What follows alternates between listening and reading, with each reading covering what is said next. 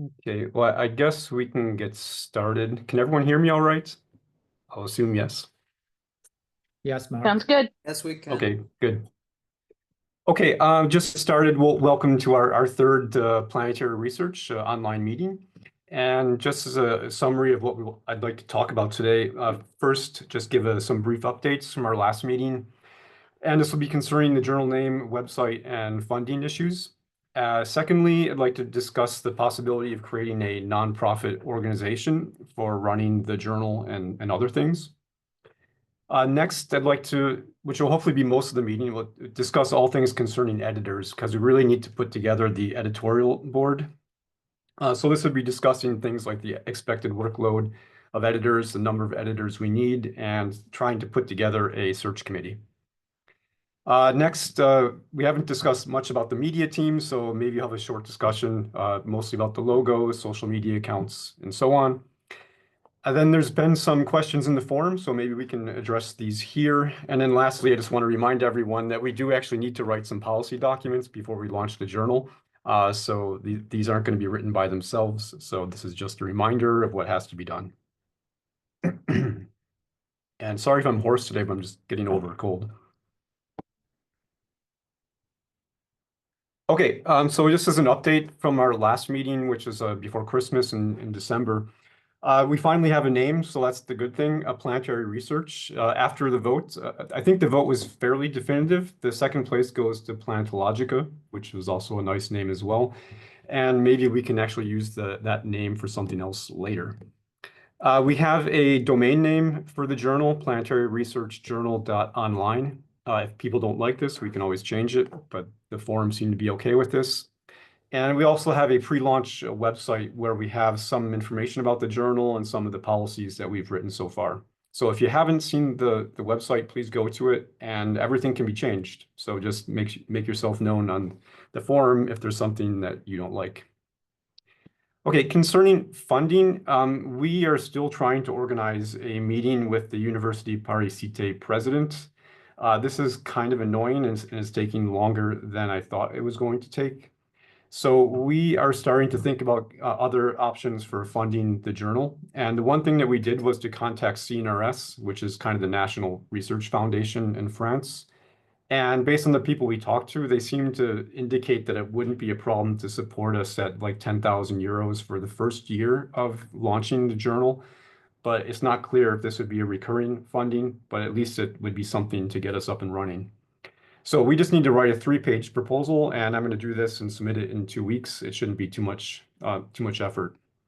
But one thing I'd like to ask everyone here is that if anyone in the journal has been an editor or an associate editor or had some kind of leadership responsibilities with a journal or anything, can you just let me know? Because I'd like to put all this in the proposal just to show that we're a bunch of serious people working on this project.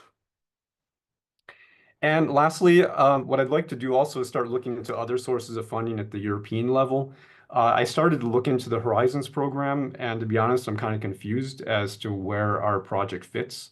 One possibility is to propose this as a research infrastructure, but when you read the research infrastructure docs, it's not exactly clear that this is appropriate for us. So if anyone is familiar with Horizons and European funding, please let me know, because this is not something that I generally apply to, and I just find the entire process a little bit confusing. So does anyone have any questions about this info here and the updates since the last meeting?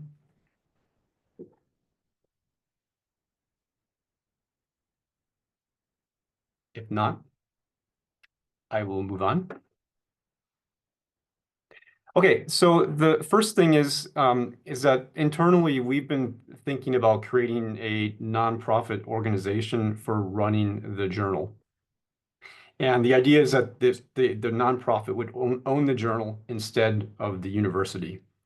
And we talked to the open publishing services at our university, and they don't see any problem with doing this. And in fact, they noted that several of the journals they work with have the same kind of structure that of being run by a nonprofit. And the good thing about being run by a nonprofit that we would control is that it would make us easier to move to a different partner later if we're not happy with the University Paris Cité. And in particular, what this means is that the ISSN of the journal would be registered in the name of the nonprofit organization and not the university. So it turns out that it's pretty easy to do this in France. We can create an association that's established by a 1901 French law. It's fairly easy. And the idea, it probably would take roughly 2 days of work to submit all the applications. And the idea is that the steering committee of the journal would act as the de facto board of the association. And the good thing about this is that as an association, we could apply for grants. We could have a bank account and control our own money the way we'd like to. As far as I know, we don't have to pay TVA as well. And also on the association webpage, we could actually also ask for donations and things like that. And if the association had sufficient funding, we could actually consider doing things like paying a small honorarium for certain positions at the journal, such as for the editors. But this won't happen the first year. But if we do find that we have more money than we need, this is something that we could think about. Also, the association, it would mostly be created to run the journal, but it would also be used to run the journal blog. And also, I'm willing to transfer ownership of SolarSystem.online to this association. So that would mean that the association would control the Mattermost forum that we're running. Solar System Online also has a Mastodon instance, which you can control as well. And very soon, I'm hoping to set up a PeerTube video server, which would be run by the association. So if no one has any objections to this, we're going to start going forward with this. And next month, Antoine Lucas, who's in our research group here, he's proposed to give just a short presentation about some of the legal requirements and what needs to be done. So does anyone have any comments or questions about the association? Does anyone think it's a bad idea or a great idea? So floor is open. Yes, Lucia or Lucia. No, I was just So reacting you're to the fact okay that with it? I think it's great.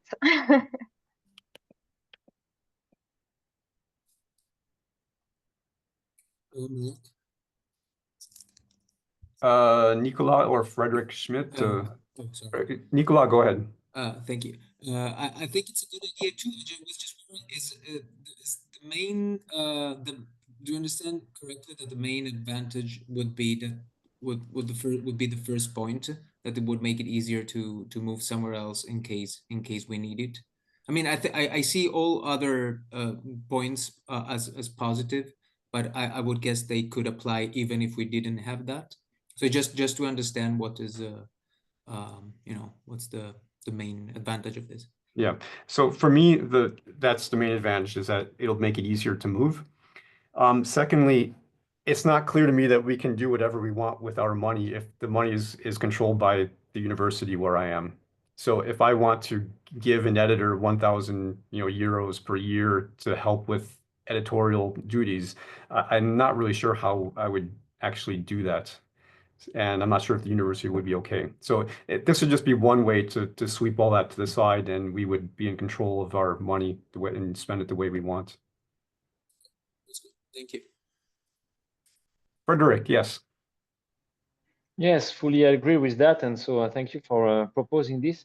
I just wanted to propose my help if it's required. So don't hesitate to ask me if I can do something to create this association or whatever, because I think it's a really good idea. And especially the public money is very difficult to manage at university, because there are laws because it's public money, and by creating an association, it would be much easier. So I think this is really a good idea. Okay, yeah, I will contact you about writing this. Antoine Lucas, that's in our group, I think he said he actually created one of these associations for something simple like a rock climbing club or something like that. So he says it's not hard, but we do have to write the statutes which describe how to elect people and things like that. And I think this is all in French, so it'd be good to have a French person involved. But as far as I can tell, it's not an onerous process, and I think a few of us that are involved could probably do this in a couple days. But yeah, you'll be the second person on the list to contact.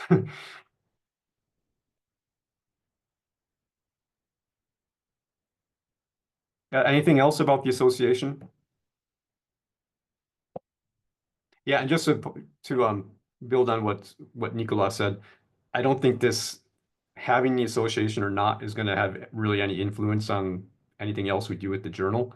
It's just going to make a couple things easier with the money, and maybe later on with running different services and things like that. But I think at the very beginning, it's not going to really have any influence on what we do.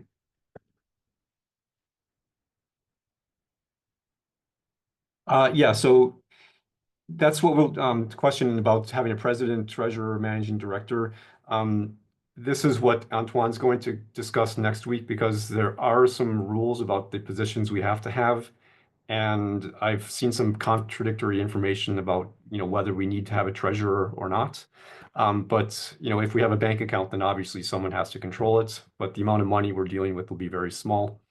But my idea, as I mentioned before, would be to just say that the steering committee of the journal is the board of the association, and then we would just have to assign someone as being the president or chair of the board, someone being the vice president, and probably someone being the treasurer.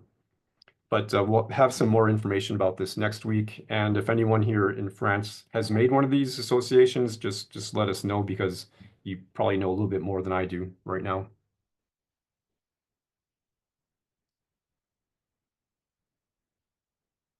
Okay, so next, just want to spend some time discussing the editors because we do need to set up the editorial board. And this is something that whenever I talk to people in the administration or at the publishing house at the university here, everyone wants to see the editorial board. And I keep telling them that this is a community-run project and we've decided to set things up first. Then we're going to have a call for editors, next month, and we'll have the editorial board in place, hopefully in September. But every time I tell this to the people in charge, they're not happy about this and they want to see the editorial board right away. So this is something we really need to start thinking about. And the way I'm thinking about this is the first thing we need to do is kind of define an expected workload for the editors. And given that the editors won't be paid, at least initially, like they are at some journals, I think a reasonable number of new manuscripts that they can handle per month is on the order of 2. This is just a guesstimate, but this is kind of what I'm thinking. In terms of the number of editors that we need for the journal, I'm thinking somewhere between 4, 5, or 6. So if we just do the math and we have an editor doing 2 manuscripts per month, 12 months in the year, 5 editors, and then you subtract 20% rejections of articles, that leaves us with roughly 100 articles being published per year, which I think is a good number to aim for, at least for the first year or second year. The second thing is whether the editor-in-chief should also be in charge of overseeing the peer review of manuscripts. I think the editor-in-chief will have some extra duties to do with looking at the timeliness of reviews and organizing meetings and things like this. So I think the editor-in-chief will have to have a workload that's less than the normal editors. And what I would suggest is that the editor-in-chief, time permitting, can handle as many manuscripts that they would like, but the expectation would be that it would be less than 1 new manuscript per month. And then in terms of associate editors, these are really important for increasing the expertise base of the journal. And when I think we need, in order to cover all the bases in planetary science, I think we really need to have at least 10 associate editors. And the associate editors, they're also useful because if they handle large portions of the review process, like contacting reviewers and assessing the reviews and assessing the manuscripts, then this will allow the editors to handle more than 2 manuscripts per month. So in any case, this is the way I'm looking at it is the workload for editors is 2 manuscripts per month, about 5 editors, 1 editor-in-chief, and 10 associate editors. So does anyone have any comments about this? Does anyone think I'm way off, or should these numbers be revised downwards or upwards?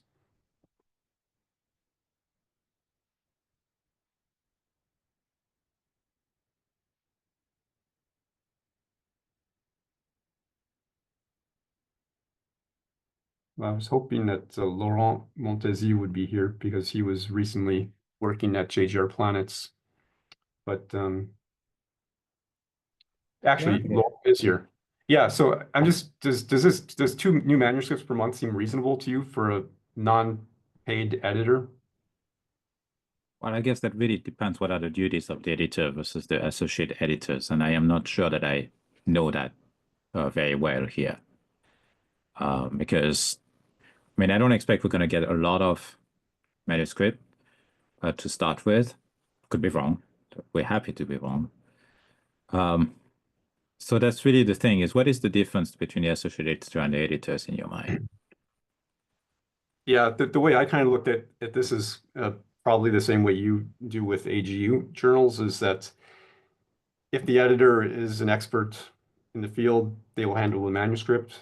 If not, they will hand it off to an associate editor who knows more about the topic than they do. So Right. So that's the kind of the one way. thing I would say about this, and I guess there must be a discussion on the Mattermost that I did not follow, and I apologize for that. This kind of leads sometimes a little bit to friction between the associate editor and the editor, because the associate editor may do a lot of work and thinks they've already done the decision, and then the editor comes on top and says, actually, I'm going to do it this way or not. I mean, most of the time we follow it, in which case we follow the recommendation, which kind of means like, what is the editor actually doing? So I guess what I'm saying here is that I wonder if there's been a discussion if you would consider just skipping the editor level completely. Oh, okay. And go straight from the EIC, distributing it to the associate editor. We can remove the name associate on this, who would be in charge of doing the decision as well as the peer review. So those 10 probably is a good number for the disciplinary breadth that we must have in the journal. But I'm just not sure if the editors themselves are necessary. Yeah. Well, I thought what you said a couple months ago is another way to look at this would be for every manuscript that's submitted, it would be sent to an associate editor. So in some sense, it's the same thing you're saying. It's just instead of being the editor in chief, it'd just be one of the 4 editors of the journal. I mean, yeah, that's the same thing, is that I just don't know that we need necessarily 3 levels of editors. Well, I would say here it's only 2, because it'd be the editor and associate editor, and the editor in chief is just another editor. Like you said, that person would have other responsibilities that may take a lot of time, and therefore will not have as much editorial load. Yeah, but also I think at JGR, at least when I was there, we had 2 editors when I left.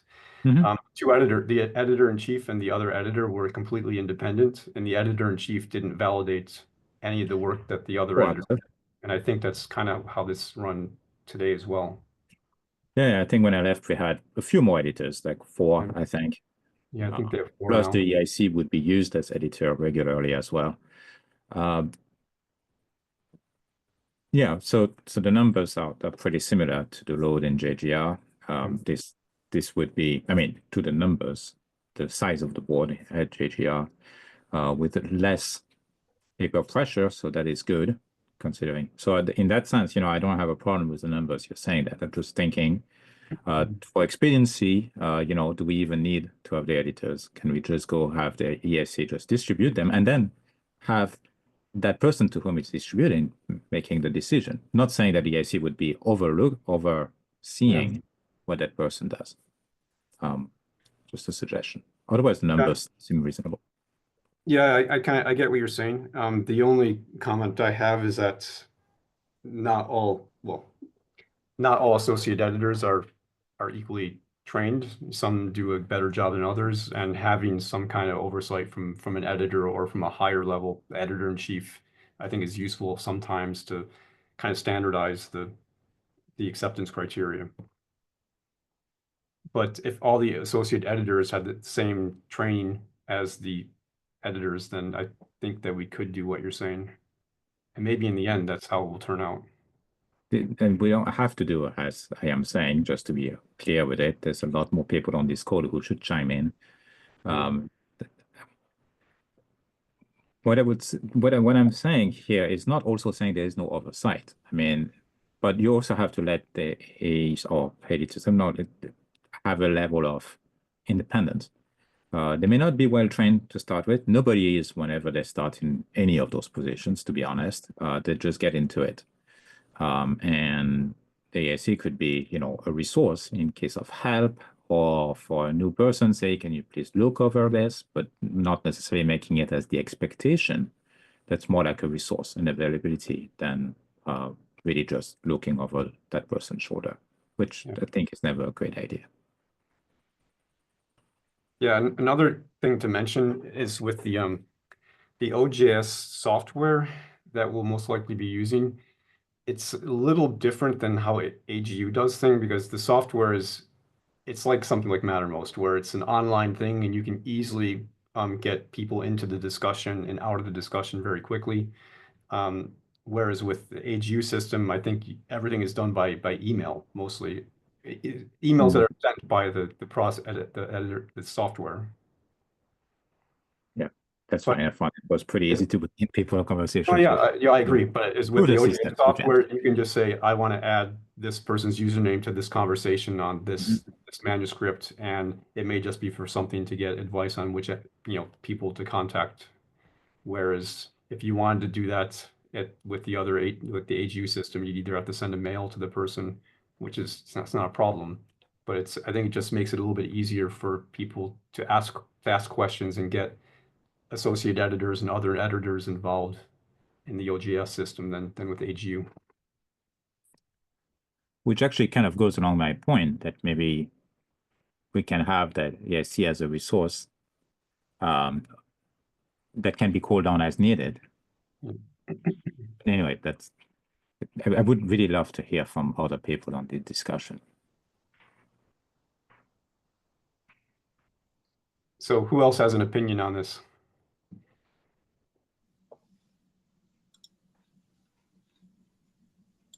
I think, Hey, Mark. yeah. Sorry, I can't find the hand raise thing on this interface. So I haven't a lot of experience with journal management, but I do have significant experience in management. And the organization I'm with now, PSI, has a very flat management structure. And it's akin to what Laurent's been suggesting, where essentially all of the PIs, the lead scientists, report directly to the director. And at times it can be cumbersome and difficult. But at the same time, it really democratizes the organization a lot. And I think my approach for this would be to start out with the flattest management structure you can imagine. And then over time, if you feel like it's gotten out of hand and you really need to insert another level, then that's the time to do it, rather than starting, because once you build a management structure, it's a lot harder to flatten it than it is to add another level. So that's just my take on it. Mm-hmm.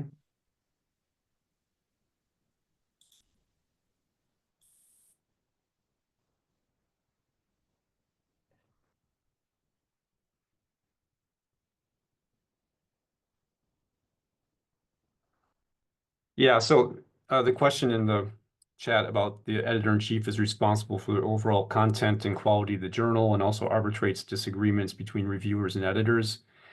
I would say some journals can do it like that.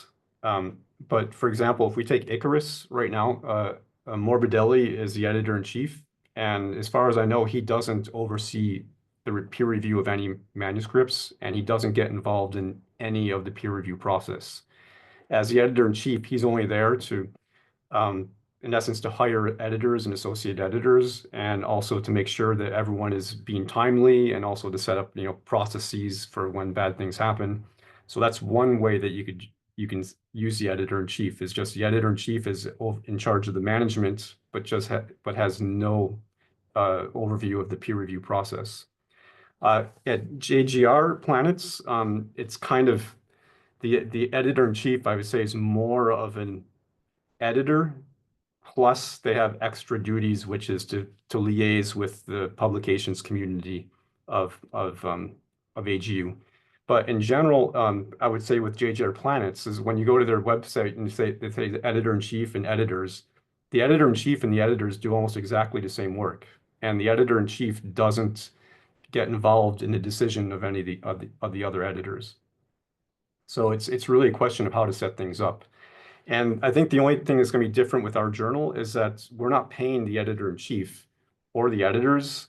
So we can't have, in my opinion, we can't just have one editor-in-chief who's overseeing, 20 associate editors. I think that would be probably too much work for one person who's not being paid. And this is why I think it might be useful to have, 4 or 5 editors as an intermediary, as a level above the associate editor positions. I agree with that, but I want to push back a little bit because what do you mean by oversee the associate editors? If it's we've been talking mostly about the decisions on the papers, right? That's different than overseeing, as in we need to add an editor on this field or associate editor on this field or another one, or the conflict resolution that Caroline mentioned. That I think actually, if that's the main duty of the EIC, if it's defined in that way, that would be manageable. If you decouple the kind of management of the board with the management of the papers.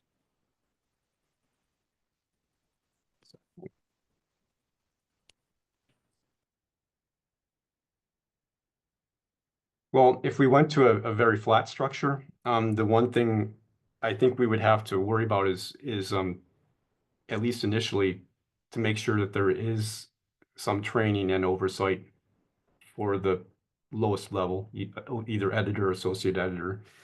Because, I think, everyone who's involved with these types of structures, you find out that most of the people do a good job, but some don't. For example, in the AGU system with the associate editors, if you wanted to do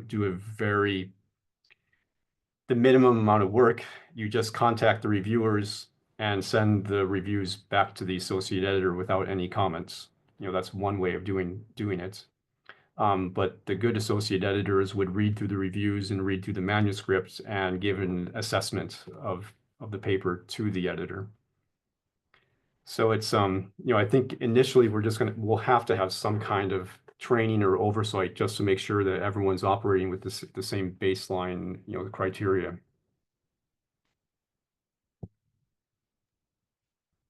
Hi, Mark. I'll just offer a couple of thoughts. I honestly, I don't have a strong opinion on this. I think you've obviously put a lot of thought into this, and I'm happy with what you suggest.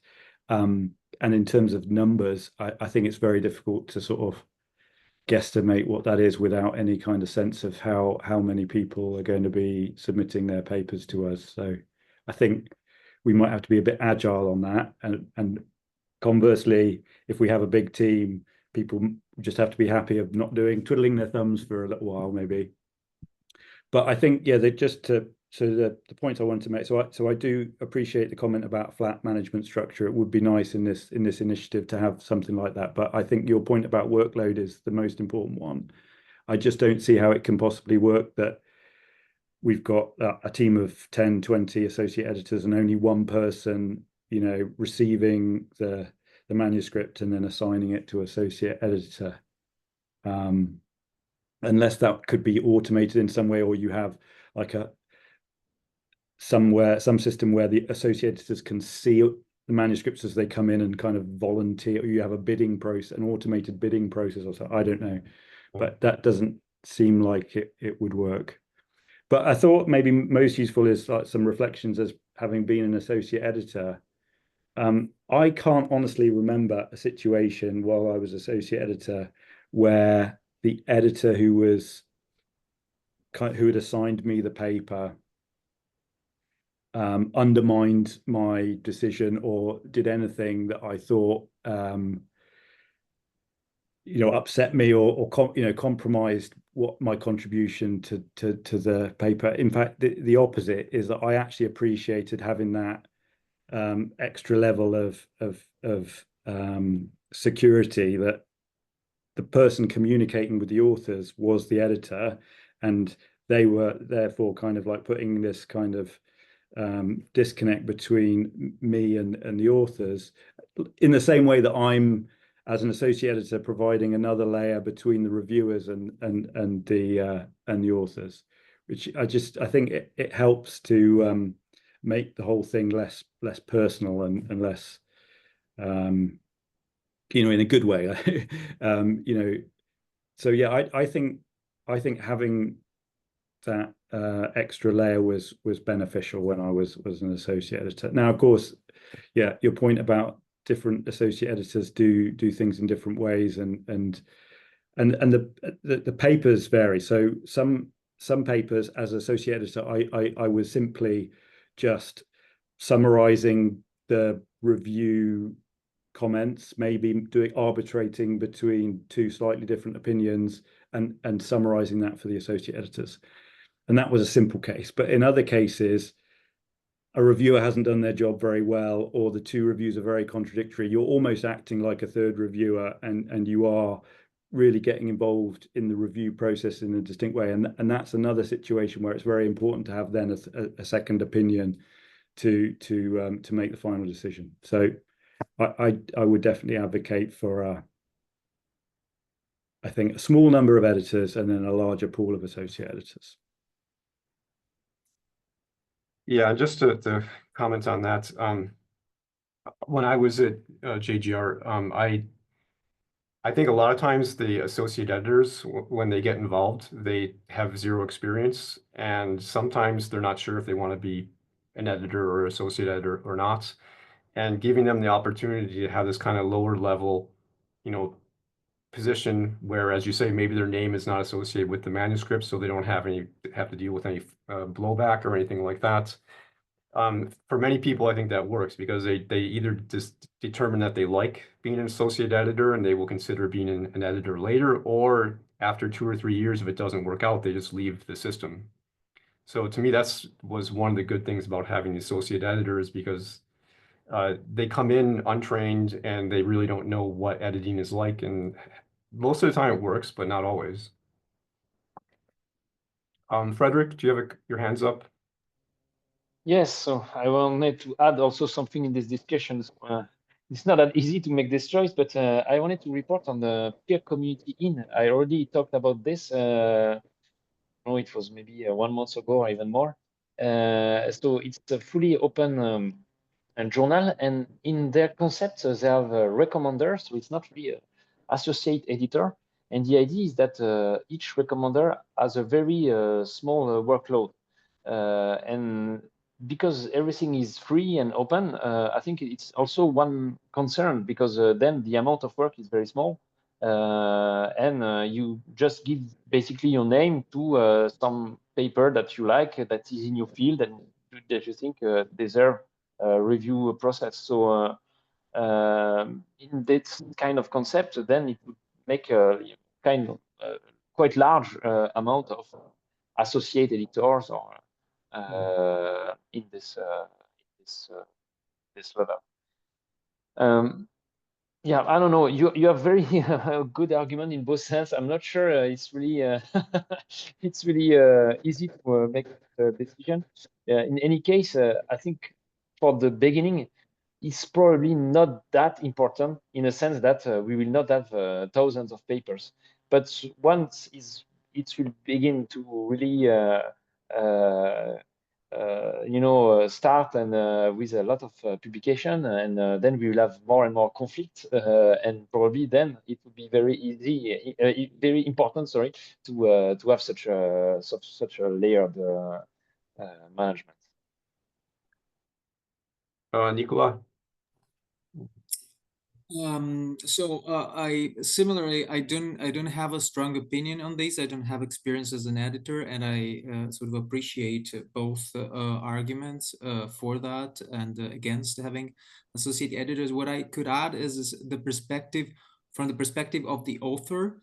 As an author, a few times, not always, but a few times, I found that the role of the associate editor pretty unclear and a bit confusing, meaning that when sometimes the associate editor was participating in the review, and it was difficult to assess the weight of the comments of the associate editor with respect to other comments of the reviewers, which might have been conflicting in some cases. It was difficult to sort of guess what kind of weight the editor was giving to the comment of the associate editor. So from the author perspective, I think it's kind of unclear role. But I do, as Gareth said before, I do appreciate this kind of structure that can also help entering the editor business for people who are not experienced. So I don't know. I just wanted to add this because I think that could be it's an element that could be considered as well.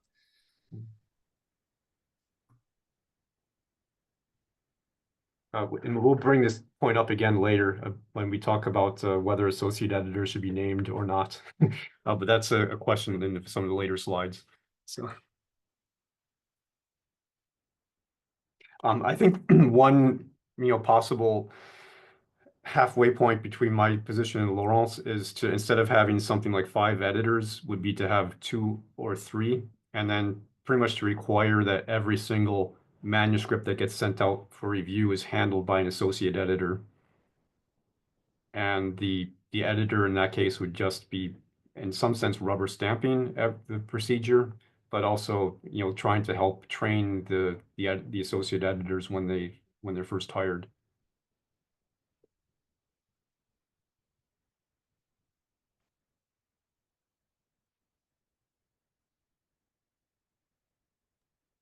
I think that the role of the associate editor is also, the role of having the editor and the associate editor is very helpful in rejecting papers without review.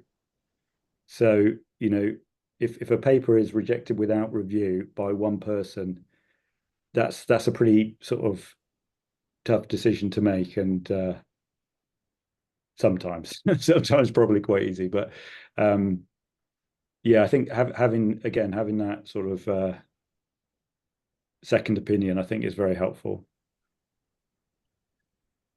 So in that sense, I think you mentioned, Gareth, the idea of having kind of more like a committee or like a exchange platform for moving papers around. I think that's actually what AGU Advances does. They have some support by a staff member, but they essentially have a time when anybody can discuss which paper should go on and which ones they don't want to be bothered with, which is the desk research reject you just mentioned. So there could be a similar type of view that there could be a forum for all of the editors / associate editors. I don't know which one it becomes the right term there. That would be able to kind of come with this decision, or at least get, for example, if you want to reject the paper, you just ask anybody has any objections to that. If you don't hear anything in 24 hours, done, or 48, whatever you want to do it. Could be something like that. Yeah, one point that I think Gareth brought up earlier about having some kind of bazaar as to where people just kind of select which manuscripts they want to deal with. I think this is something we need to think about later when we start getting a lot of manuscripts and we don't have the manpower to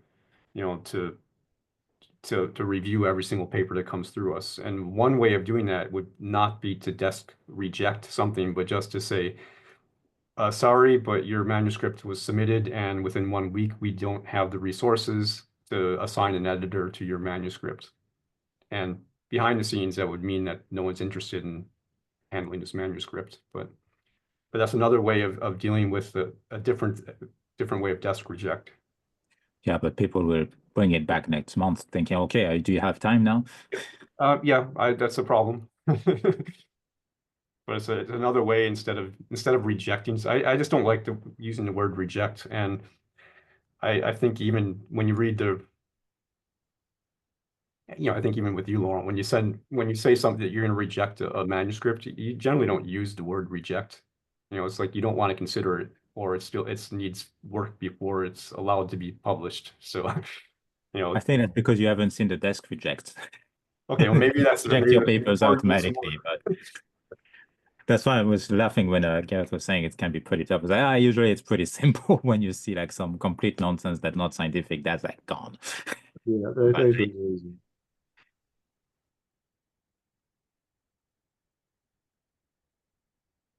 Is the plan to have 2 reviewers? that's the baseline. The default would be 2 Yeah. reviewers. Well, in any case, we need to start the search for editors. So I think as a baseline, we'll say we need a lot of associate editors on the order of 10. We need an editor-in-chief who will, you know, kind of oversee the editorial policies. And I think in the beginning, I would prefer to have a small number of editors, maybe just 2 or 3, that would be used as some kind of hierarchical level to rubber stamp decisions from the associate editors, but also to provide training to the associate editors. This is something we can still discuss about, but we will have to put out an announcement at LPSC that we're looking for people. And of course, you know, we can always say that the associate or the editor position no longer exists. So everyone who applied to be an associate editor is now applying to be an editor. Yeah, maybe we should go on to the next slide, which is more the, actually, let me go back. Yeah, so for the editor search, so I think the way I'm looking at this is that we need to make an announcement roughly 1 week before LPSC, and that then at LPSC, for whoever's going, we really need to promote this to everyone we know to get interested people to apply, and just so that they know the journal exists. And if we have good ideas on who should be applying, we should track them down and discuss with them in person. But what I plan on doing is sending an email to the Penn email list, the Europlanets newsletter, Europlanets Discord, Open Planetary Slack, the Lunar List server, and the French PNP newsletter. If there's anything else, anywhere else we can advertise this, please let me know, because these are the only kind of mass forums that I'm aware of.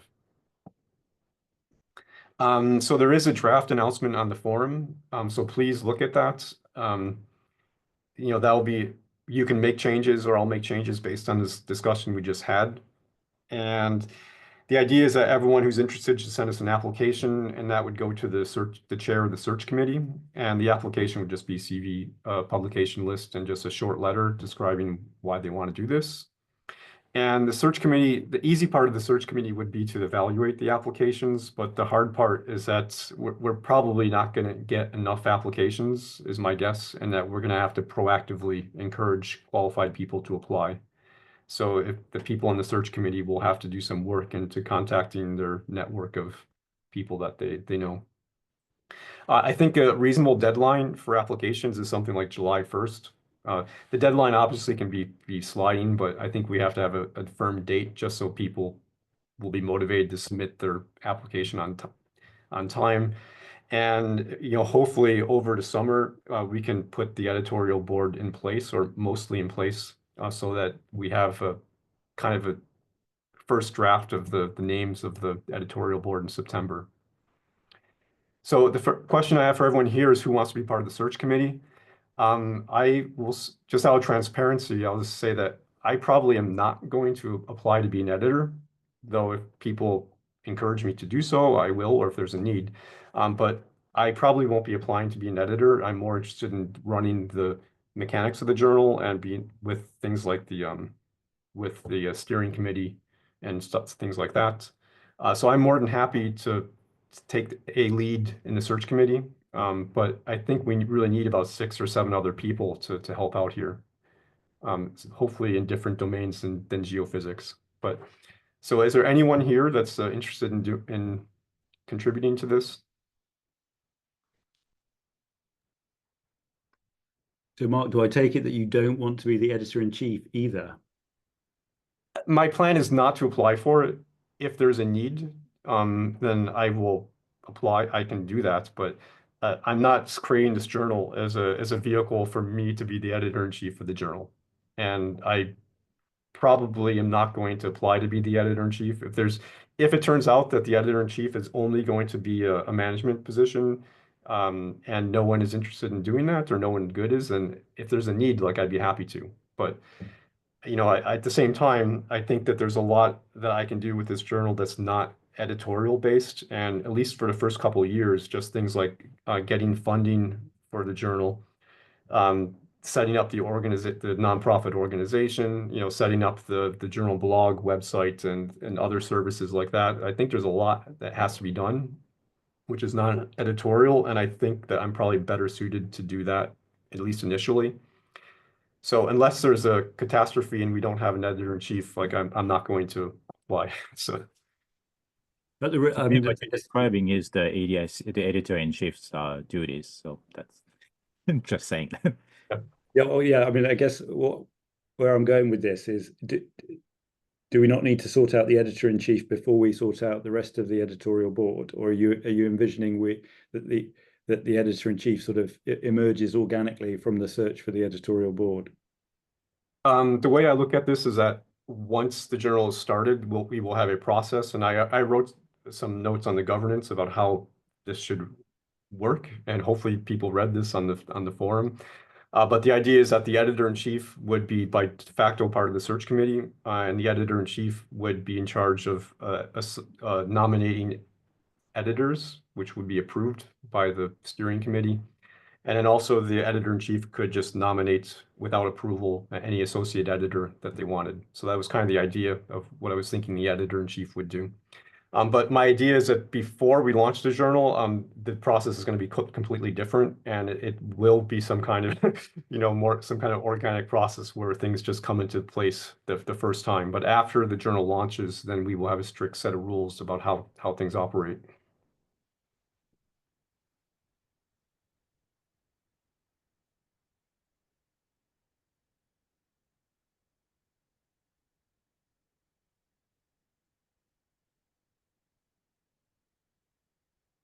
Also another way to think about this with the editors and editor-in-chief, this could be a thing where we put the editorial board together without an editor-in-chief, and then the editors, make a vote or nominate who they think the person should be in charge. It's another way of looking at this. If we don't get any good applications for editor-in-chief, that's probably what I would propose doing, is just get the editors together first and then worry about the editor-in-chief later.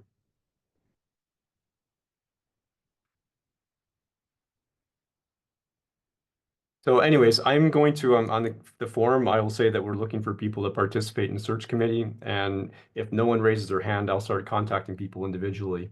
But, the idea is like, the way I look at this is that if you're part of the search committee, you should expect to send, an email to about 20 people that you know or think that might be interested or might be good at the job, just to motivate people to apply. So I think that's going to be the real duty of the search committee. And then after we get the applications, I think it's going to be kind of obvious, like, who's going to be good and who's going to be bad. And also we'll have to make sure that all the kind of domains in planetary science are represented. But I think the hard part is just going to be contacting our network of colleagues and have them apply for the position.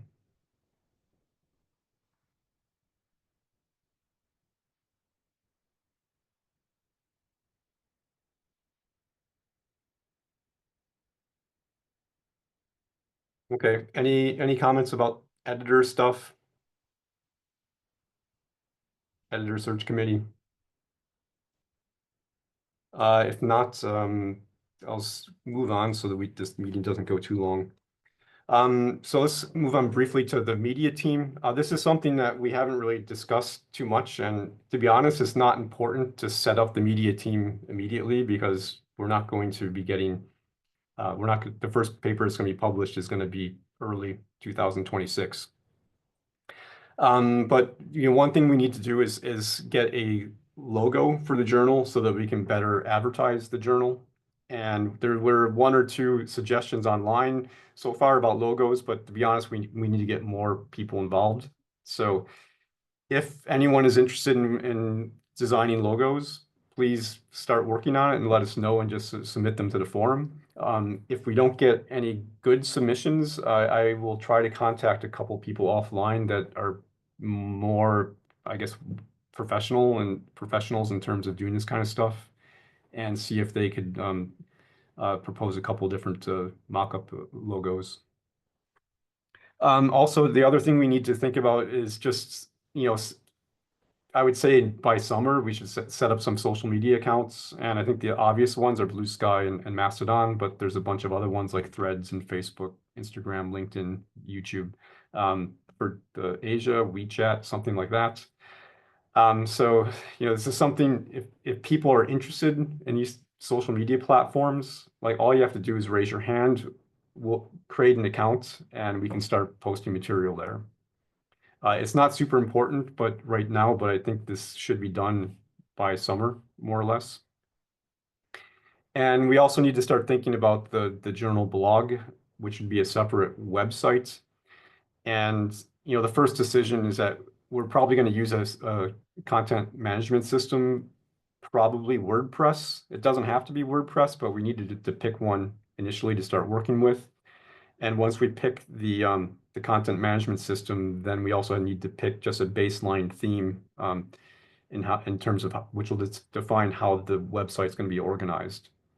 So if anyone here, I see there's someone in the chat that already volunteered to help with this, but so if anyone is interested in this kind of stuff, just setting up a website, doing some simple design aspects and things like that, just raise your hand. It's not hard, and it's something that will need to be done before we launch the journal. And we also need to start thinking about what actually is going to be presented on the blog. And what I'm suggesting is just short author provided summaries, like 4 paragraphs and a figure. Simple things like a figure of the week, some kind of space art or sketch of the week. But then we can also have all kinds of user submitted content like conference summaries, job postings, book reviews, things like that. So, if this is something that interests you, we need to start discussing it. So just raise your hand in the forum and we'll get going on it. So does anyone have any comments about the media related things at this point?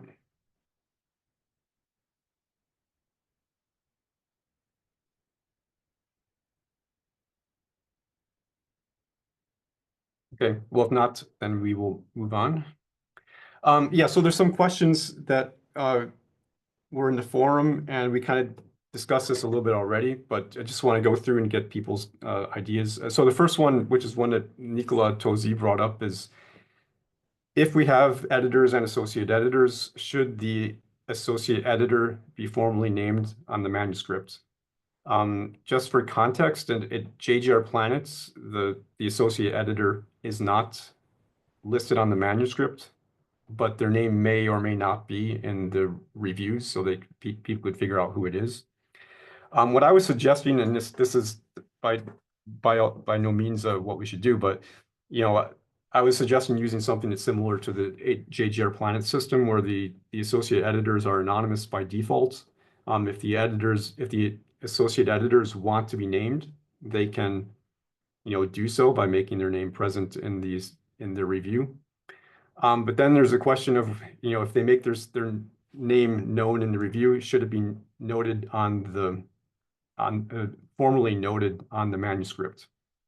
So I know Nicola Tosi, he thinks that it should be that both the editor and associate editor's name should be noted on the manuscript for transparency purposes, which I totally understand. The other way to look at this is that the associate editor is just another reviewer in some sense, but it's a reviewer in-house, and they have the right to be anonymous just like any other reviewer does. So does anyone have any comments about this? Maybe Nicola, you want to flesh out your position? Yeah, I mean, I'm not that that convinced about that. I think it depends on the role that the associate editor has in the end. So I can see that that if the associate editor, I think it really depends on the level of involvement of the associate editor. It's also the fact that since the list of the associate editors is going to be known, it might be easy to guess who the associate editor is because of vicinity of the topic that is to the paper. So I would, in general, I tend to not to like all this guessing of who could have been involved and who could have been the reviewer, who could have been the associate editor. But I understand your point when you say the associate editor should have the right as a reviewer of being anonymous. Yeah, that's also a good point. Well, I'm not entirely sure. I'm happy to hear other opinions about that.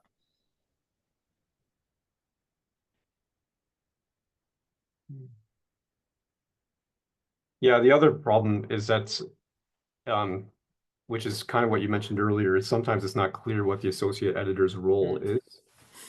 And I think in the JGR Planet system, it's kind of well defined, where the associate editor contacts the reviewers. They hopefully read the manuscript and they provide some kind of assessment of the reviews or the manuscript or the entire package. But we don't have to use associate editors that way. We could use associate editors just as someone to contact to get information about who we should contact for reviewers, or maybe we have a question about one of the reviewers' comments, and we could use an associate editor to help the editor understand better understand the context. So I think at the AGU system, that's the associate editor role is very well defined, but it could be the case where it's not clear what the associate editor's role is and whether their contribution was major or minor. So I don't know what the right answer is. Laurent? Yeah, I would say that the confusion by the role of the AE is a little bit on purpose at JGR, because it's a matter of protecting that person who maybe often is a more junior faculty or researcher. So one thing that people may or may not know is the AE can makes a recommendation. They have a write-up to the author and a write-up to editors. So if it's a contentious case, or it's a case where you know that that person is going to guess who you are and may not appreciate, or you just don't want to take the risk, you make your comments to the editor directly, and then the editor signs the letter with those comments to try to protect that AE. So that is certainly something like that. I don't know how much necessary this is, how much it's a perceived issue versus not, but I mean, I'm sure a lot of people, when they are in the early career stage, feel very vulnerable.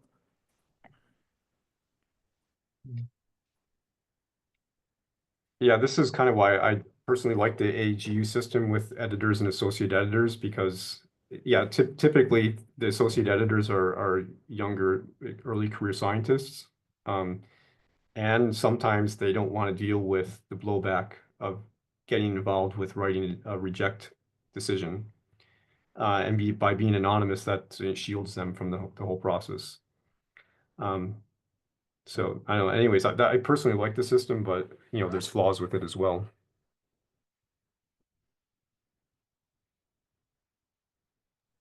Justin, you wanted to jump in? Oh, Justin, yeah. Yeah, no, I was just trying to think, because I've been AE at 3 different journals now and trying to compare and remember everything. There are journals where, like MAPS, for instance, there is an editor-in-chief. The AEs report directly to him, and on the manuscript it says which AE handled the paper. And there are a range of AEs from very early career to more senior people. The benefit there, including for early career people, is you get credit for work you did, and you're not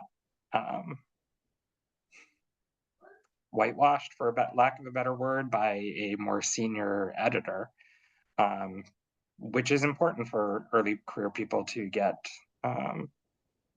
their name out.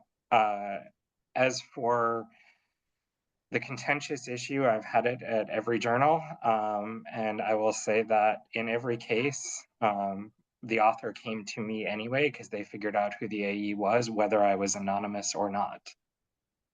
And so I don't know that it benefits the AE to fully be anonymized. I think having an editor-in-chief above you does help, especially for early career people, to have someone back you up and say, nope, this is the position of the journal. But when we take on these roles, we are making decisions, and so hiding behind anonymous is really problematic. It's understood, but what I always tell people is that it's the editor who accepts the manuscript, and they're responsible for the entire review process. So, which includes how they handle the associate editor as well. Yeah, I get both points though.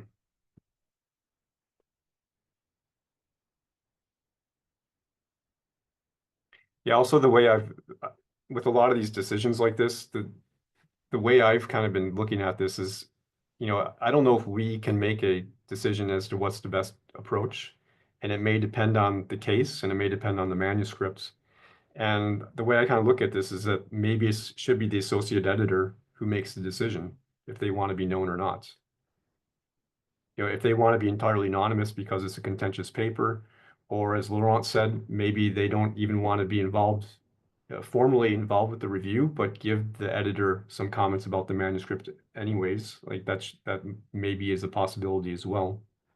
But at the end of the day, it is the editor who signs off on the review process and is the person who will be named on the manuscript will be in charge of, assuring the integrity of the process.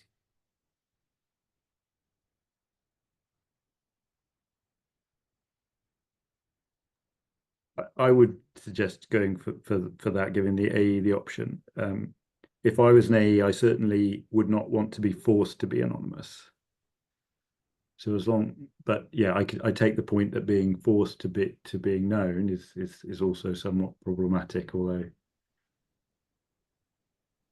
I totally agree with the point about the danger of anonymity is that people guess and then they guess wrong, and that's, I think, a bigger problem than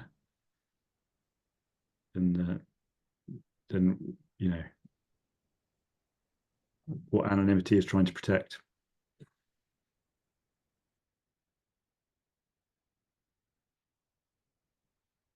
Okay, so maybe you can go on to the third point, which is actually kind of related to this.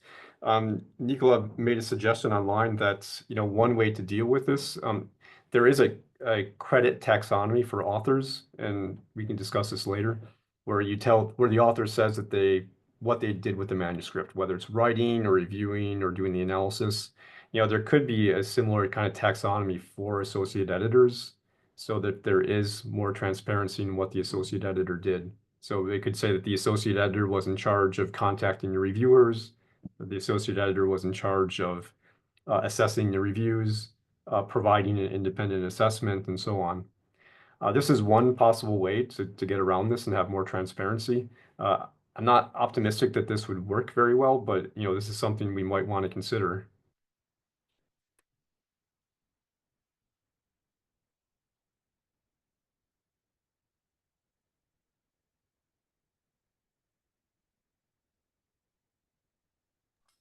Is anybody aware of something like this has been experimented in other journals other than for authors?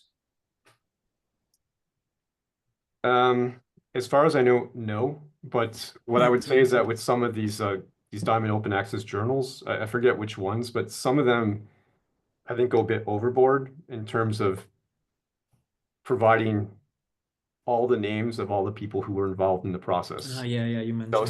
So there are some journals where they said the production editor was, the handling editor was, the blah blah blah editor, and I think both you and I agreed that this kind of confusing as to what these editor roles actually mean. But that's one way of doing it, is just saying that the person, we could have some kind of taxonomy with different editor roles saying who is in charge of what. I don't personally think that's a great approach, but but it does. So I've seen when I've been reviewing papers, I've seen my reviews appear on ORCID. I don't think I've ever sort of followed up to see what actually gets logged on ORCID. but I'm not aware of anything to do with reviews or editor things appearing in this credit taxonomy. But I would advocate us using it for author contributions. Yeah, for the author contributions, I think the default is that we should use the credit taxonomy.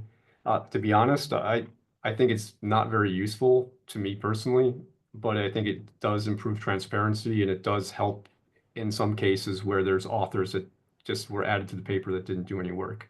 So I don't think it does any harm to use the credit taxonomy. So because there's no harm, we probably should use it. But does anyone have any strong opinions about this one way or the other? I have the same view. Yeah, it doesn't hurt, and in the best case, it can help somebody. Yeah, I Yeah, totally agree with that. Credit is very useful. I mean, you do have people just being added in by courtesy of throwing themselves in, and this way we have a good view about what are acceptable authorship ways. Yeah, what will happen is that they will just lie about what the ghost author did. But at least it does help improve the transparency a little bit. Just for And- context, Icarus, they use this system. AGU, there's about 3 journals that use it, and I suspect that they'll be rolling this out to other AGU journals as well. And I think the evil Nature and Science consortiums, I think they use this as well. I don't know why, but Planetary Science Journal, they don't use this as far as I know. I might be wrong, but I think there's differences in when journals gather this information. And I think it's better to gather this at the point of submission than to do it, when everything's accepted at the end. I will look into this because this will be related to the pipeline of how the OGS software works, and I don't know if we have the choice of when to ask this information. Yeah, But and the other thing is who answers it, right? Because if everyone can pick their own, so I think it's the way either Nature or Science does it, is basically as a co-author, it's up to you to say what you did. And that can lead to very difficult conversations if you end up claiming things that the lead author doesn't think that you did and things like that. But at the same time, you don't really want the lead author to have complete freedom to to say what everyone did. So yeah, it is tricky to do it right. But I think it's I think the AGU it is the lead author that fills in this information, but it's optional. At least at JGR Planets, it was optional. I don't know now. And so most people wouldn't bother because it can be a lot of work, Because you have like 20 co-authors and you have to figure out, okay, did that person actually edit or write or just found, or is just here to hold the computer steady? I don't know. That's it can be a lot of work, but I think it's important to at least have that option. Yeah. Well, I'll look in to see how the OGS system deals with this.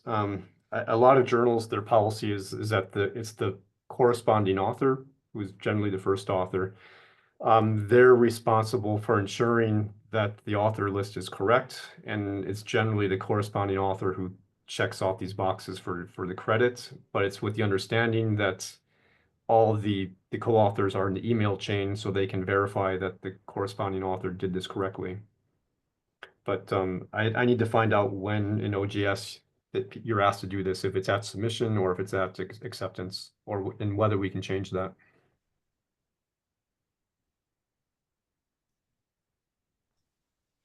Hey, Mark, Yeah. going back to the point about associate editors and whether or not to use this taxonomy, do you envision that there would be a lot of different roles for different associate editors? Because if there's a lot of variability in what the associate editors are doing, then that would make more sense to have something like this, as opposed to maybe just a statement on the website about what the roles are. Well, I would say if we choose the JGR system, then the roles are pretty well defined, and the associate editor contacts the reviewer, they read the reviews, they hopefully read the manuscript, and they should write some kind of summary assessment that is sent to the editor. Mhm. So if we choose that use the same system where every manuscript is sent to an associate editor, then this will just be written out in the peer review process, so it should be transparent. But I think the reason this came up is that we could decide to use associate editors in a completely different way. For Right. a lot of journals like EPSL, for example, they have the editors and then they have some kind of associate editors, but I think they're called something else, which are rarely consulted, but sometimes those people do a lot of work, but most of the time they don't. And most of the time when they contact that person, it's only to get some recommendations for people to contact for reviews. Okay. So if we had this kind of system where the associate editor is just kind of free to help out a lot or a little, then maybe this kind of, defining what they did would be helpful. But I So think the easiest way is just to make sure that every associate editor has the same role. So if there is then that variability, even if it's not tracked on individual manuscripts, I think having some sort of system to track it would be valuable to the operation of the journal itself. So just throwing that out there. Yeah, also just to point out is that if we do, which I think is probably default, which would be to make the reviews public in some kind of review package, there will be a chain of here is the review, here's what the associate editor said, here is what the editor says at the end. So in that sense, hopefully it should be clear what the role was. But I also understand that what goes on behind the scenes could be a little vague to some people. Yeah. Yeah, well, so I guess what I'm thinking off the top of my head is that it might be useful to have some sort of taxonomy for those activities. And then you can keep track of them in the database, so you can do statistics on how often do the associate editor carry out this particular role, rather than have to go searching through records on each and every manuscript. You'd have a more ready means of identifying how the role is varying and what the statistics on that are.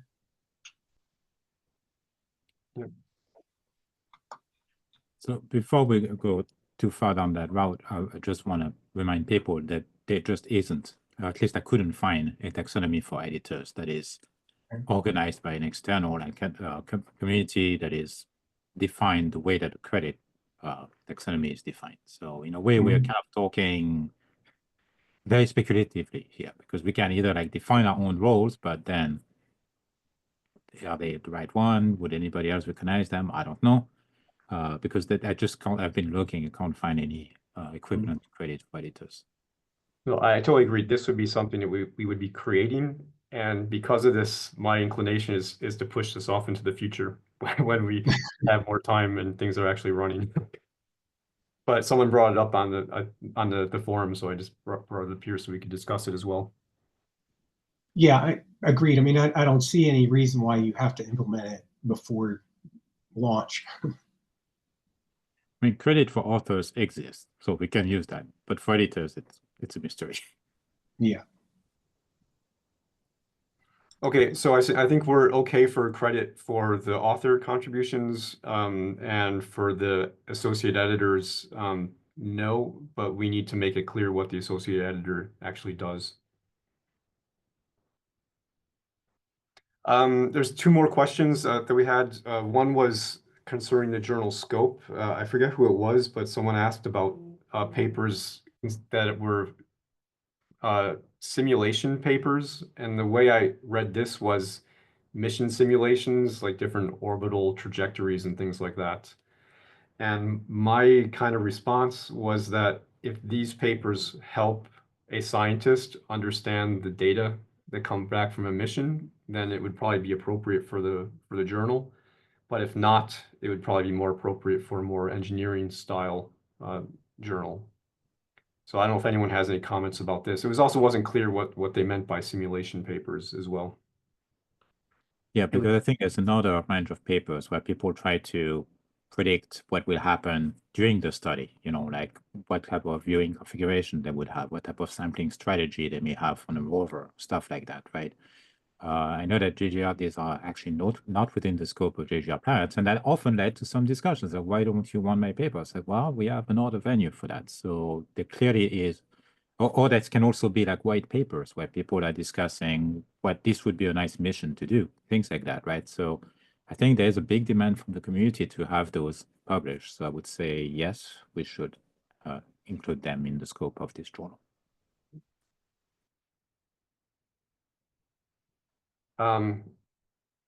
Well, if there's no immediate comments, I would take the opposite viewpoint and say, if it helps the scientist analyze data from a mission, then yes, it's appropriate. And I would also take the position that our scope is already broader than many journals. So the one thing that some of the things that are different is that we're encouraging people to submit papers regarding numerical codes. We're encouraging people to submit papers concerning missions that at least were launched, and also the instrumentation, or at least things that were launched on a mission. So I think, in some sense, we're already our scope is broader than most other journals, but as Laurent is saying, we actually could make it broader. And if there is a need for this, we should have a fuller discussion about this.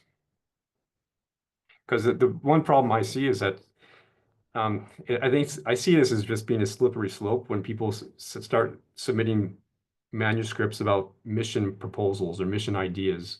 And it's not clear to me whether our journal is the best place for those types of manuscripts or not. So anyone else have any comments about this? There must be someone that has a viewpoint between mine and Laurent's. So just as an example, I was involved with a mission concept that was written up and published in Planetary Science Journal. So at least some of the journals do accept those.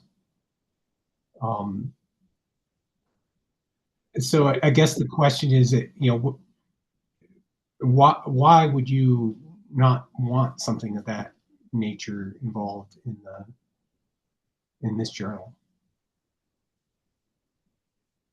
Well, the way I look at this is when I was at JGR, I looked at it as being a purely scientific journal, which only published analyses using data which help us understand how planets form and evolve. Yeah. And that's more or less how it is today as well. But as Laurent mentions, there's a lot of people that get upset about this because there are people that work with mission design, people that work with the with the instrumentation. And when we get an instrument calibration paper at JGR Planets, generally we would say it's not in the scope of the manuscript. I think for this journal, the scope makes it clear that we will take instruments and instrument calibration papers, at least for those missions that have flown or are about to fly. But then, as your point is, like, we make it broader and accept everything. So right. Well, so not every mission concept paper is going into those kind of levels of details. Ours focused more on what science we hope to achieve.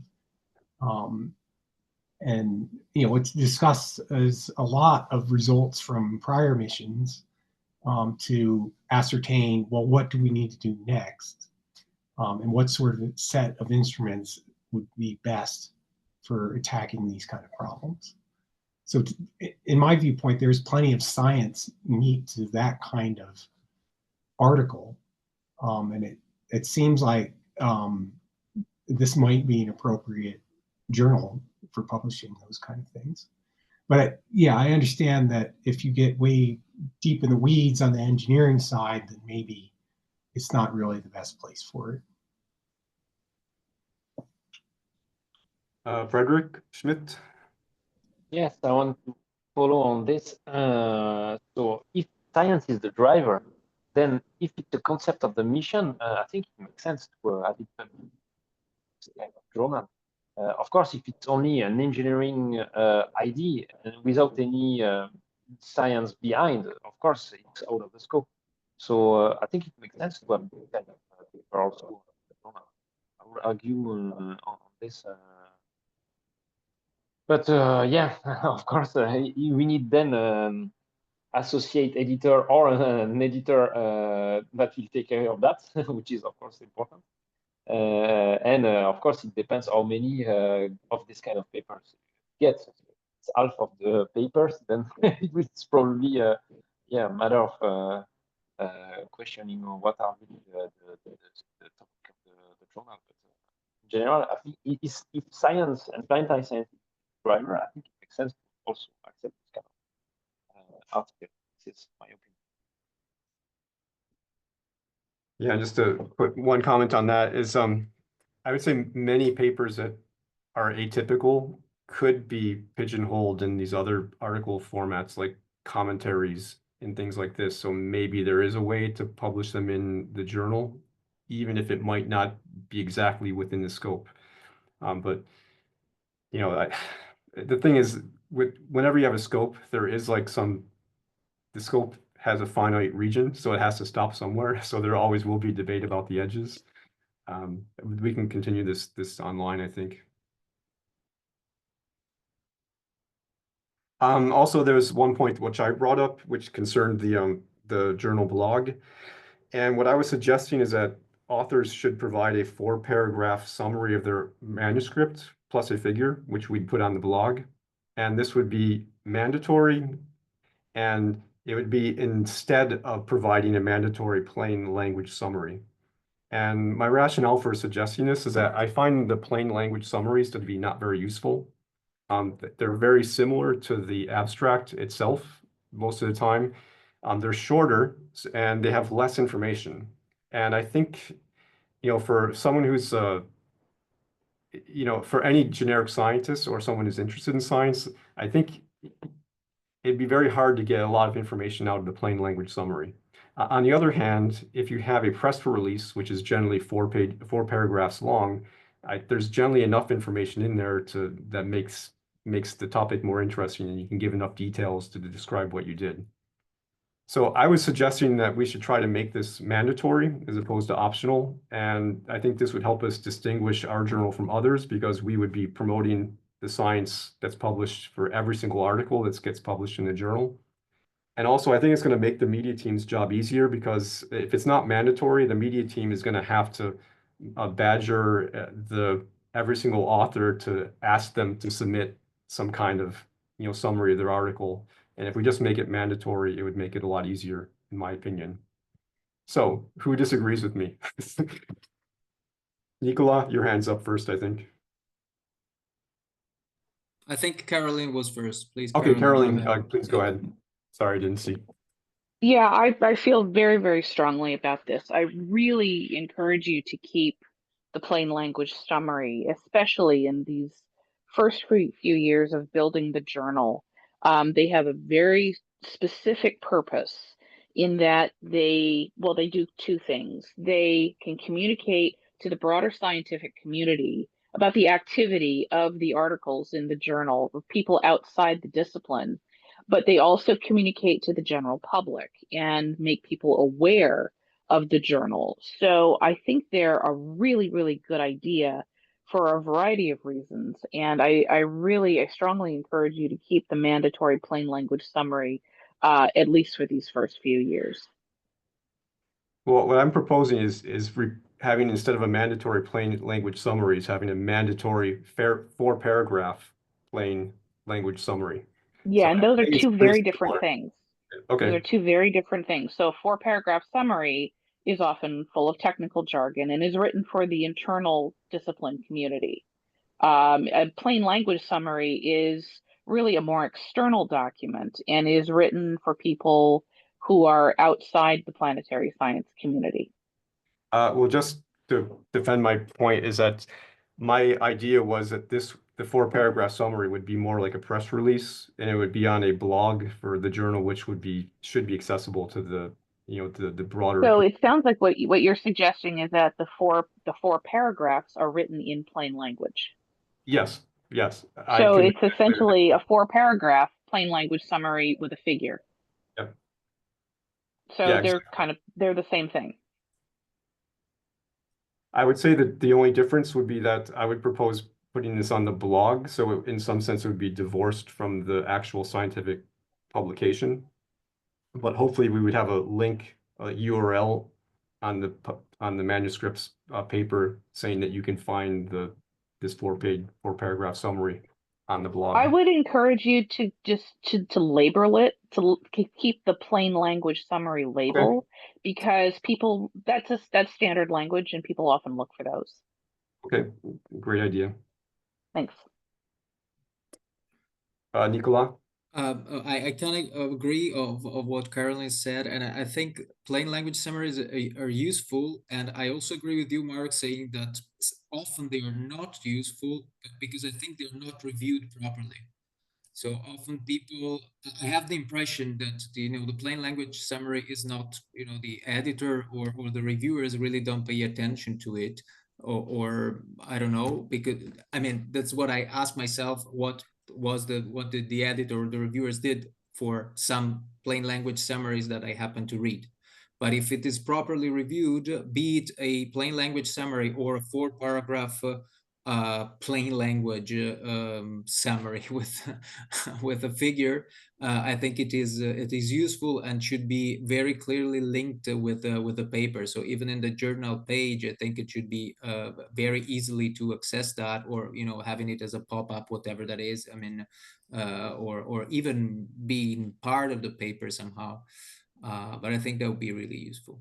And should be really I think reviewers and editors should be asked to review it as the rest of the paper. Yeah, go ahead, Laurent. Finally found the hand. I've been looking for this for like 5 minutes. Yeah, I mean, okay, so I think plain language, it's been said before, plain language summary should have a very different objective than the abstract.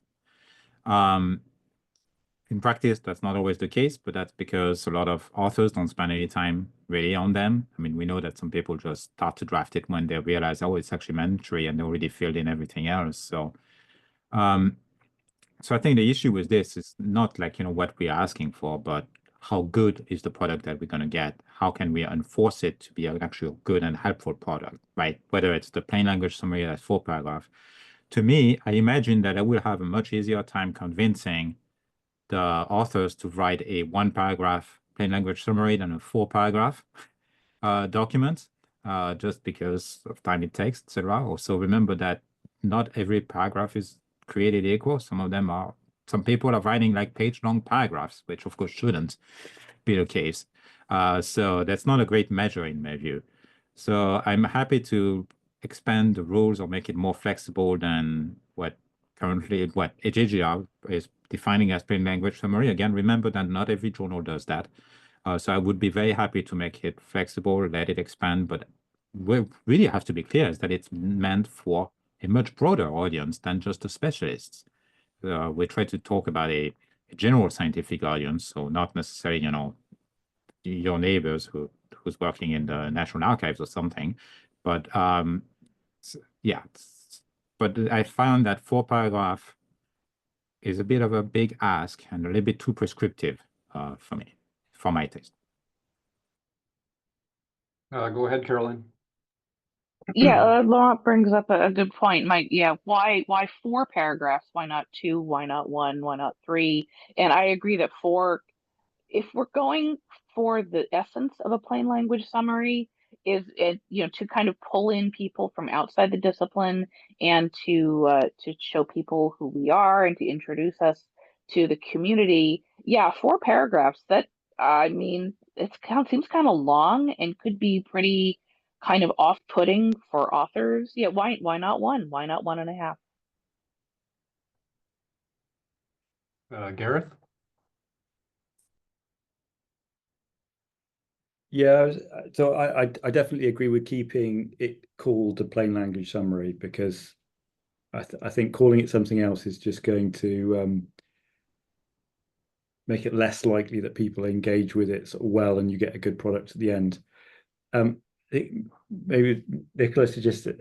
I like the. So I think one of the issues with the plain language summary is it's another thing for the author to do, and it's another thing for the associate editor to review and the reviewers to look at, and that's why it always kind of like, I think, gets put to the side.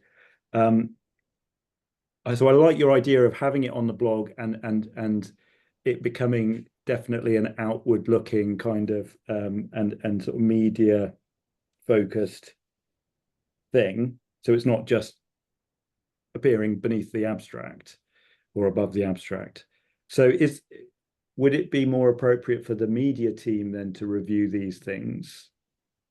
I don't quite know how that would work in the process, but having someone that knows what a good PLS is, and a specialist in that kind of scientific communication, look at it and give independent feedback, rather than it being another one of these tasks that the reviewer has to do and the AE has to do. I totally agree with you, Gareth, because Yeah. it's true. I really agree with what you're saying there, that the media, or that some people really know how to do it, because to get a good one, it's not easy. It's not easy. And we, especially for non-native English speakers, I mean, I know I often had the comments, it's like, look, I know how to write science, but like you're asking me to write a book, I don't know how to do that. So having the media team involved, helping with that would be good. Of course, that puts more on their plate, but I totally agree with what you said there. Yeah, I'd just like to emphasize that I think our role as scientists has evolved over time. 20, 30 years ago, no one was thinking about plain language summaries. No one was thinking about promoting things on Twitter at the time and things like that. But I think this is the direction that science is going. And I think, we kind of have an obligation to make sure that whatever we publish in the journal is easily accessible to the broader community somehow. So, I think we need to keep having these discussions. Obviously, no one is in favor of a mandatory 4-paragraph plain language summary, so we'll table this for now. But I think we still need to discuss, better ways to promote the journal to the general public, because the first thing is that the general public doesn't go to a scientific journal to read the plain language summary. So my point was, like, by having it on a blog, which is, forward, open to the general public, it would be, kind of the entry point into the science. And if they were interested in the paper, they can click on it and download it. But most of the public is not going to go to a journal for plain language summaries. That's not the way they're going to find out about the paper. Yeah, just to be clear, I am supporting your suggestion of putting this on the blog and having that. I just don't think it's helpful to call it something other than plain language summary. So, and I think it's far more appropriate to have the plain language summary on a blog or on the website than having it as being just underneath the abstract on the paper, because it's like you say, it's not for the people that are reading the paper, it's for a much broader audience. Sorry, Than. And go ahead. Yeah, no, I just wanted to chime in too. I think this is great, because as people have pointed out, this is plain language summaries. There are some that are great, and there are some that are just basically they replace the big words from the abstract with ones they think will be more palatable to the general public. And that's not really what's intended. I think the key here, rather than stipulating like 4 paragraphs, you want to say what the content should be, describe what the content should be. And another way you could, couch it is in terms of, essentially what we're trying to get the authors to do is write a draft of a press release, right? I mean, that's essentially what it is. So you can call it like a press release style plain language summary, at least when you're communicating with the author about what they should be producing. And I know my first thought about this is, if I was asked to do this by a journal, I would just go to my media team at PSI and say, hey, help me write this plain language summary for this journal article. And they'd be happy to do that because they're just going to turn it into a press release anyway. They're going to want a figure. They're going to want 4-ish paragraphs. So I think this is great. It kind of helps everybody kind of market the work. And it and it gets the author involved in it earlier in than they might otherwise be. Yeah, maybe I wasn't clear with what I meant by this 4-paragraph summary, but that's a press release is exactly what I'm thinking of. Yeah. Press releases are probably 2, 3, 4 paragraphs. It could be longer or shorter, but that's kind of what I would base this idea on. And then, but to be honest, someone in the forum said, well, this is just more work and the authors won't be happy about it. And I think my internal response is that we are going to have too many submissions to this journal. And if we have this, if this is a way to weed out and some of those submissions, then maybe so be it. At least that's the way I'm looking at it. Well, I don't think it's that much more work. I think actually many authors would appreciate a little more direction on what these plain language summaries should have in them.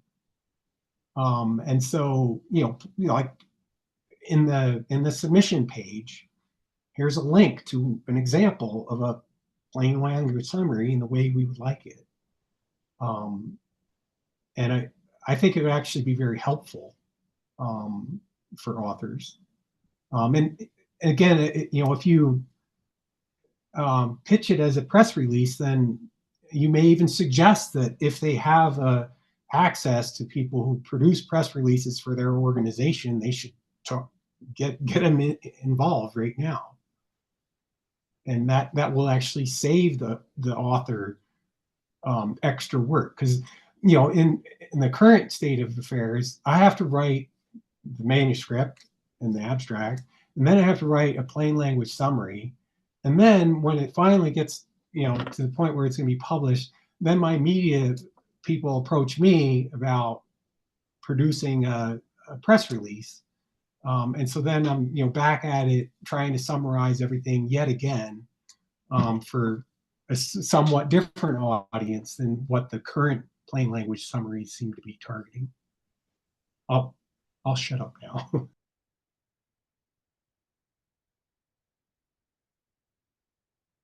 Carolyn, please go ahead.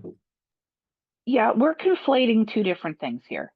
A press release is very different than a plain language summary. They have two different functions, two different purposes. They're written differently, and they have very different audiences. If we want to do a press release for targeted articles that are of a broader interest or have more impact, absolutely, we should do press releases. But plain language summaries for articles, it's a standard in publishing, and they are meant to pull in interest from outside the discipline, not necessarily the general public. I mean, sure, that's a secondary benefit, absolutely. But what plain language summaries are supposed to do is summarize the content of the article very briefly for non-planetary scientists. They may be geophysicists, they may be chemists, but they're written differently than a press release. So we really should not conflate the two. Thanks. Good points.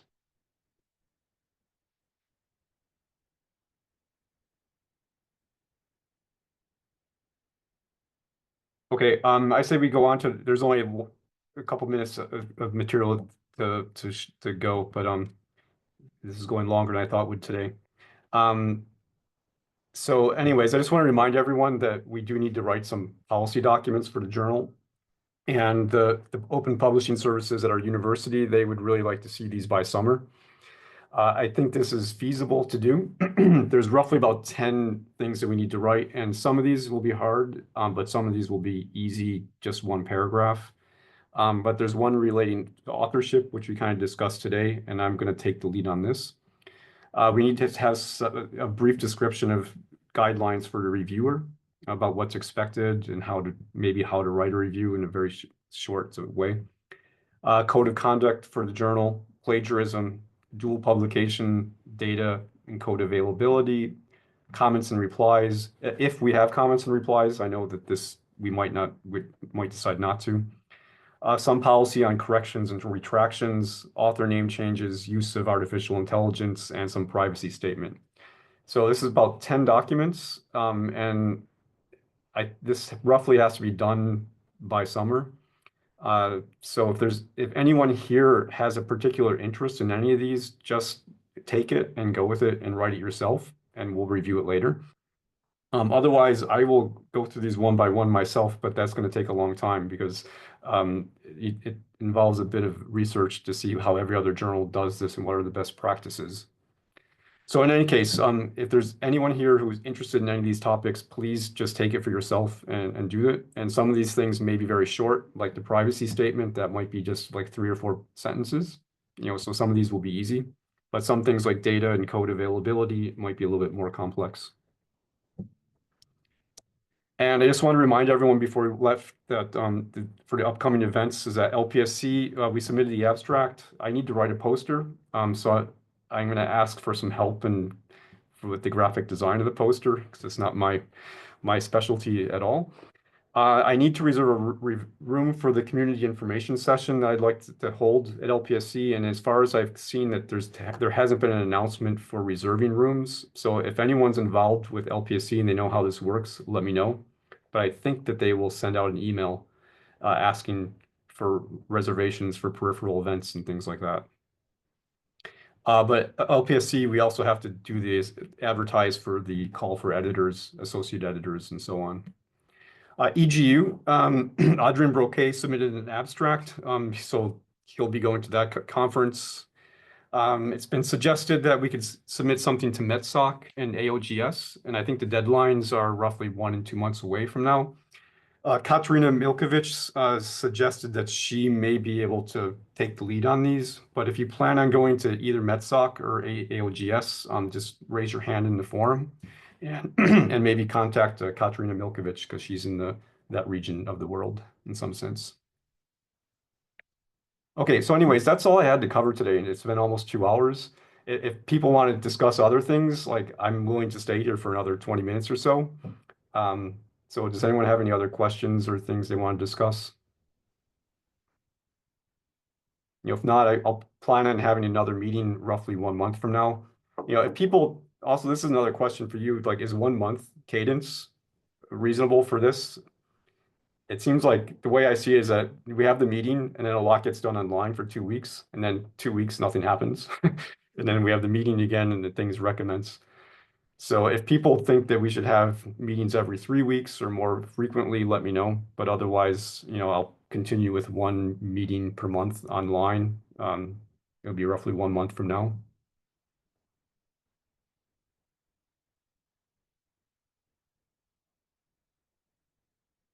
Okay. Are there any other questions, comments, burning issues people have before I close the floor? I had one about the blog. I would be Yeah. happy to help setting up the WordPress blog. I was wondering, do people have any preference on how to proceed? Like we can perhaps start with a WordPress.com on a free plan to design the blog, and then perhaps we can later switch to a paid plan or transfer the blog in another hosting facility.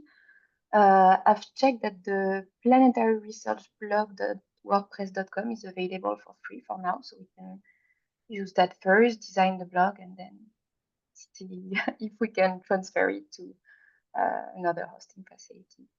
What do people think?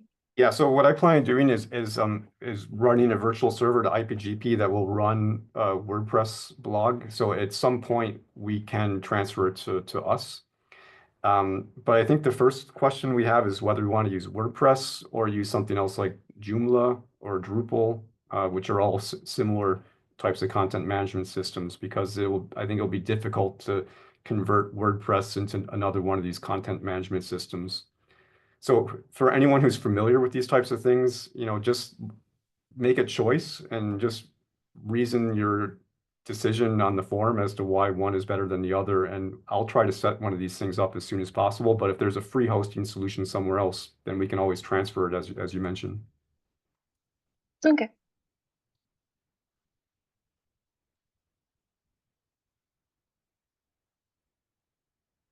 guys? Alessandro, yes. Yeah, Alessandro here. I know I'm doing the old guy, but I volunteer for the LaTeX style or getting some template together so we can decide the, let's say, the typesetting of the journal. Okay. So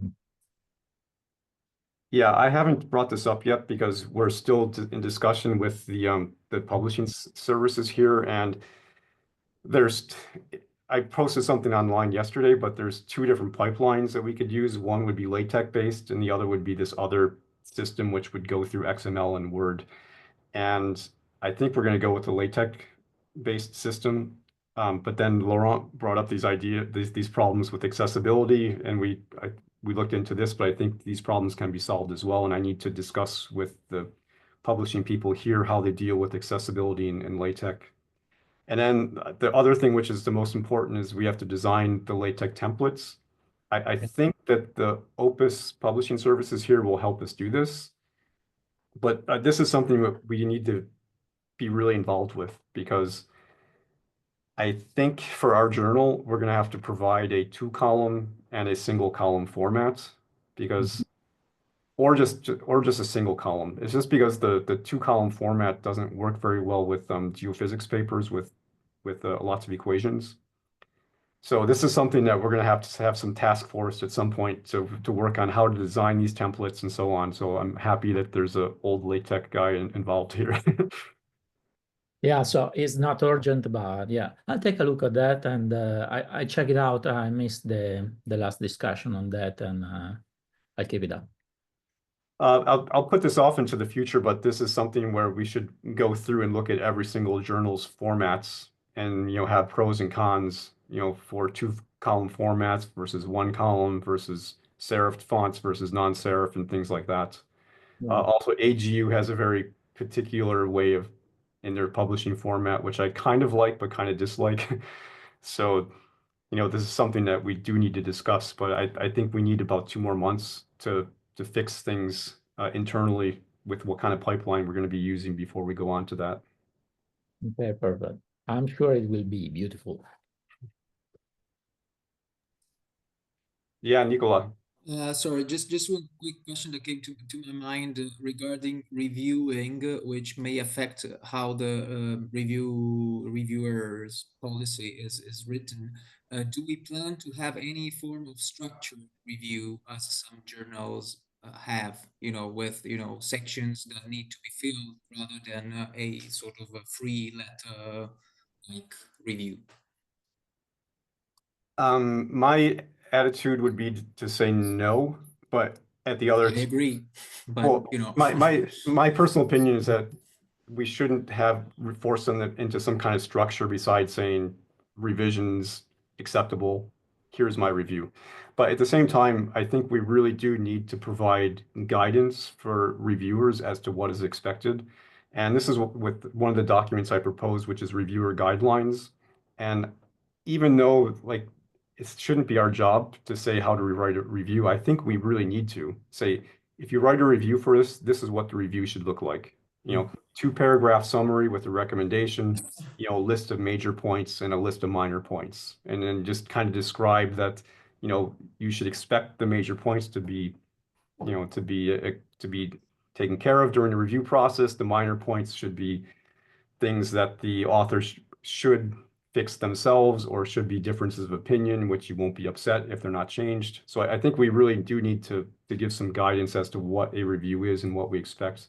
But I don't think we need to have a structured review as you're describing.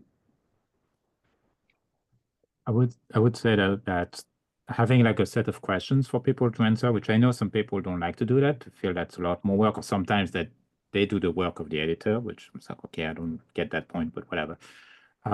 Is that, you can give the instructions, people won't read them. If you give them a form to fill, then they will have to think about that particular aspect of the review, which otherwise they may completely ignore. So that's a way to kind of ensure that they're looking at more than, do I like this paper or not? So Yeah, the thing I would say is that also with these kind of checkbox type things, some people get the mistaken impression that we it's just done automatically where we tally up everything and it's greater than a certain number and therefore we accept or reject. And by having these kind of check boxes like that, I think it's misleading as to what they actually mean.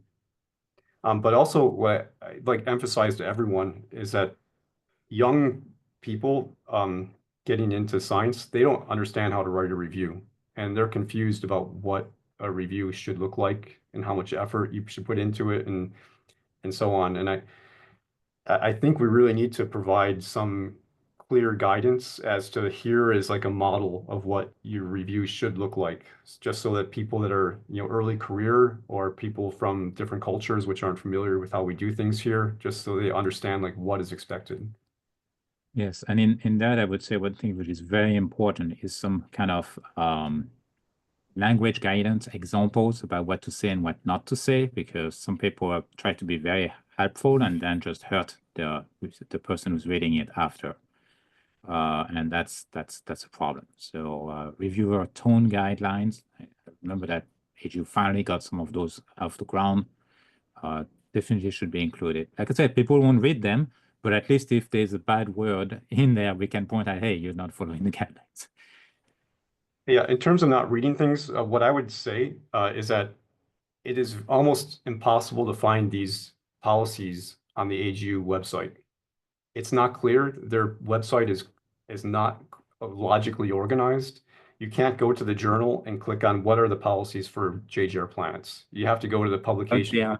They are linked on the email that you receive when you are asked to review. Yeah.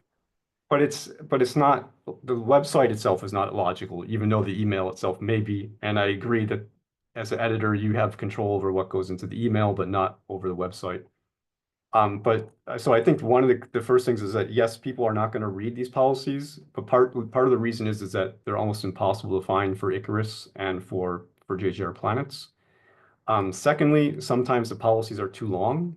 So we need to make sure that the policies are, 1 or 2 paragraphs, 3 paragraphs, so that someone would invest the short amount of time to read them. And I think the way I see the website is that we'll just have one drop-down menu, policies, and there will be 10 documents that you can click on to see what is the policy for plagiarism. And the plagiarism document hopefully is only 3 paragraphs long. And it's not like 25 pages where no one's going to read it.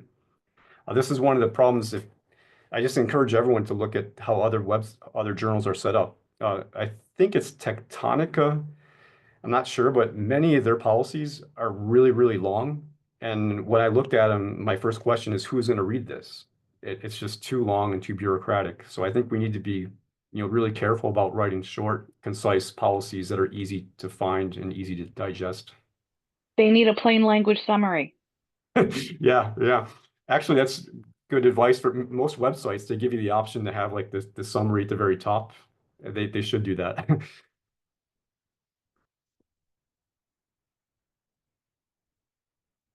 So anyways, that's a good document since I think a lot of people are interested in reviewer guidelines. If anyone's interested in taking the lead on that, that's something that is important, I think needs to be written.